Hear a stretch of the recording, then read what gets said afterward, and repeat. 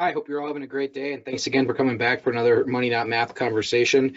Today I'm talking about planning for a 21st century retirement based off an article from investmentnews.com, and I don't see the author, so I apologize, but as always, I'll include the link if you want to check it out. So he starts out by saying, or they start out by saying, working longer and delaying Social Security can significantly boost retirees' income.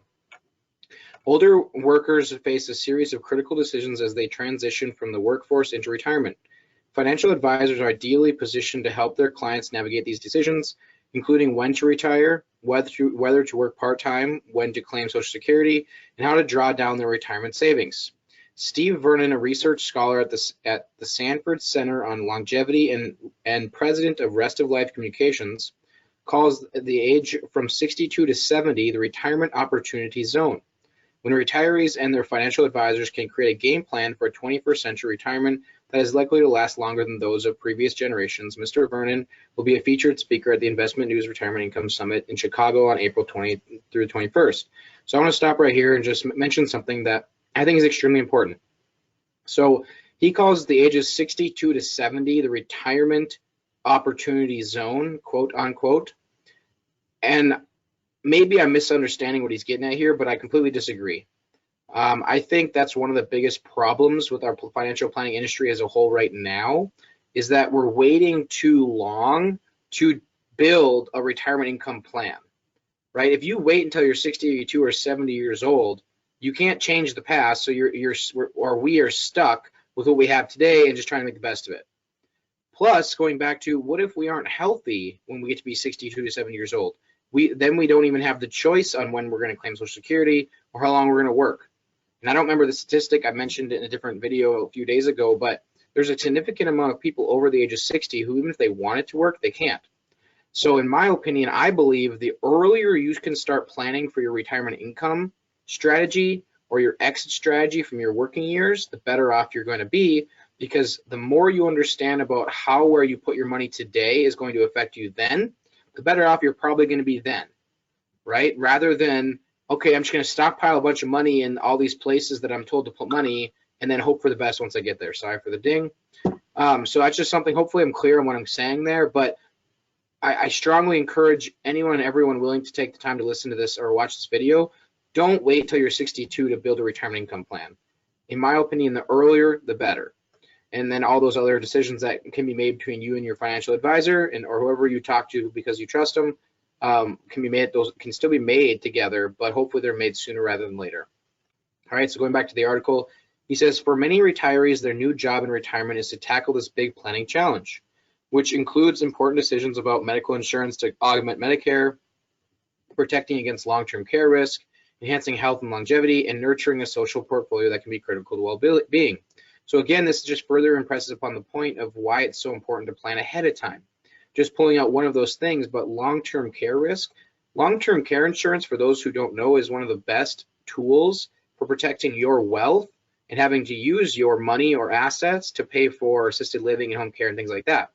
The problem is, if you wait till you're 62 to look into it, it's likely you either won't qualify from a medical standpoint or won't be able to afford it from a financial standpoint. And it's only getting more and more expensive. So the earlier you plan for these things, one, the higher likelihood you're going to actually be able to qualify to get it, because it's not a given to you, it's not a guarantee. And two, the more likelihood you're going to be able to afford it.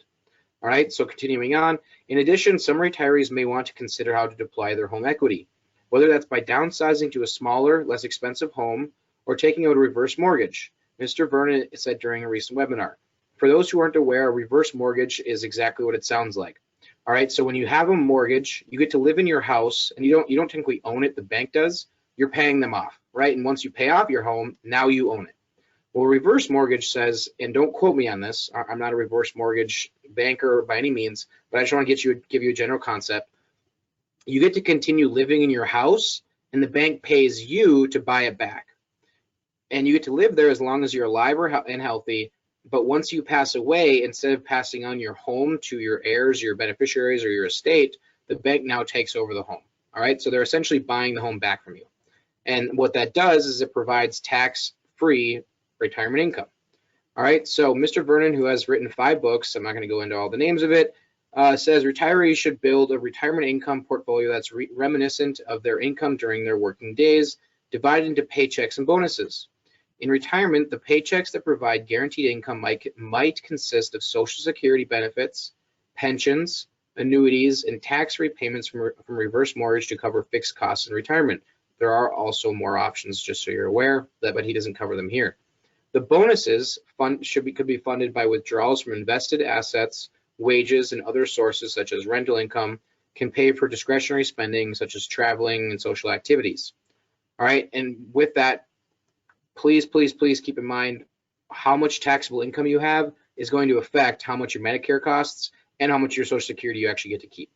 All right, using the example of a married couple, both age 60, Mr. Vernon demonstrated how using a variety of levers, such as working longer, delaying their Social Security benefits, and making smart financial decisions, could nearly double their retirement income, from about $62,000 if they retired at age 62 to nearly $120,000 per year by postponing retirement until age 70. Separately, a new report from Center for Retirement Research in Boston College dubbed Social Security a great equalizer of retirement wealth across various racial and ethnic groups. There's a few paragraphs about racial and ethnic groups and how they're different, planning and wealth and stuff like that. I'm not going to get into that too much because I want this to be a very broad conversation, but if you want to look more into it, feel free. But continuing on to the more generalized conversation, just that I hopefully can apply to everyone. A newly released working paper from CRR posed the question, are home ownership patterns stable enough to tap home equity? The answer was a resounding yes. Most homeowners age 50 and older stay in their homes for decades and are well suited to tapping some of their home equity through reverse mortgage or property tax deferrals. However, few households choose either option. I don't know exactly the reason, but I don't believe many people are aware of of the opportunity to do reverse mortgages, or they just don't own enough of their home for it to be worthwhile. Continuing on, a potential reason that homeowners are reluctant to borrow against their house is that if they do decide to move, they have to pay back their loan with interest, which could leave them with inadequate resources at a vulnerable time in life. Retirees might be more likely to tap their home equity if they felt that they had adequate public or private insurance protection against the risk of needing long-term services and support. Finally, a new analysis of the Bureau of Labor Statistics data by Simplywise.com, a website focused on Social Security benefits and other retirement income topics, found that the portion of seniors entering or remaining in the job market has reached near record levels. The labor participation rate among workers age 65 and older hit 20.6% in December 2019, the highest level in nearly 60 years. And the BLS expects that rate to keep growing to an estimated 23.3% by 2028. In addition, the 2.6% unemployment rate for seniors in December 2019 remains below the 3.5% national unemployment rate average. Just unemployment rate. 62% of employed seniors are working full-time. Bottom line, the world of retirement is changing, and 21st century retirement requires a game plan that embraces multiple strategies to create income, protect health, and maintain critical social connections. So as a review or kind of a recap of everything I just said, so I kind of said a lot there and read quite a bit. First, build your retirement income plan sooner rather than later. Understand where you put your money today and how it's going to affect you in retirement. Second, understand that there are multiple options, okay? Your 401k, though it could be a great option for at least some of your savings, it's not the only option, all right? There's reverse mortgages, there's IRAs, there's many different things. There's overfunded life insurance, there's all this different stuff out there. There's property tax deferrals, there's Social Security planning. I mean, there's many different things to think about. So just be aware that your 401k, though it's a tool, it's not the whole plan.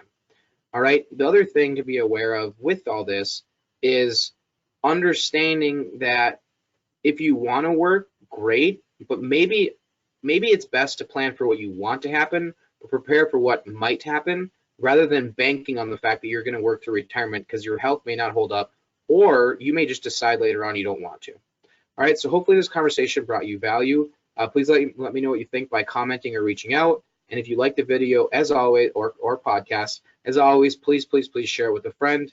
I appreciate you taking the time to watch and listen with me today, and I hope you have a great rest of your day. Thanks. Bye.